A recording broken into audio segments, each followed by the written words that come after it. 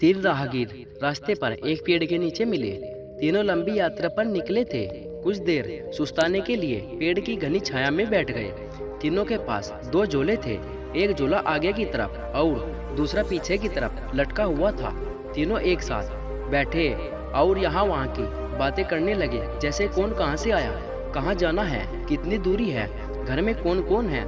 ऐसे कई सवाल जो अजनबी एक दूसरे के बारे में जानना चाहते हैं। तीनों यात्री कद काठी में एक समान थे, पर सबके चेहरे के भाव अलग अलग थे।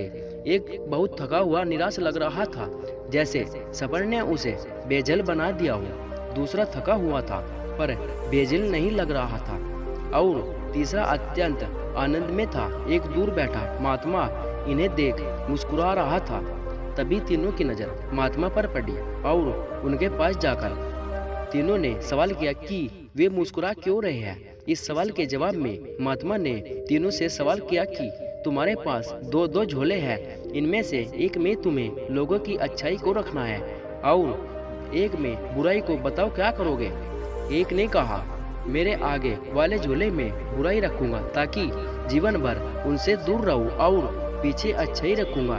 दूसरे ने कहा, मैं आगे अच्छाई रखूंगा ताकि उन जैसा बनूं, और पीछे बुराई ताकि उनसे अच्छा बनूं। तीसरे ने कहा, मैं आगे अच्छाई रखूंगा ताकि उनके साथ संतुष्ट रहूं, और पीछे बुराई रखूंगा और पीछे के थैले में एक छेद कर दूंगा, जिससे वो बुराई का बोझ कम होता रहे और अच्छाई ही मेरे साथ रहे। अर्थात वो बुराई को भुला देना चाहता था। यह सुनकर महात्मा ने कहा, पहला जो सफर से थक कर निराश दिख रहा है, जिसने कहा कि वो बुराई सामने रखेगा, वो इस यात्रा के भांति जीवन से थक गया है, क्योंकि उसकी सोच नकारात्मक है। उसके लिए जीवन का कठिन है।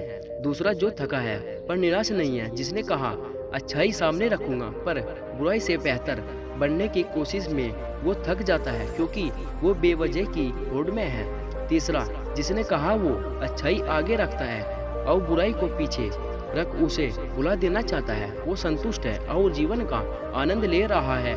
इसी तरह वो जीवन यात्रा में खुश है।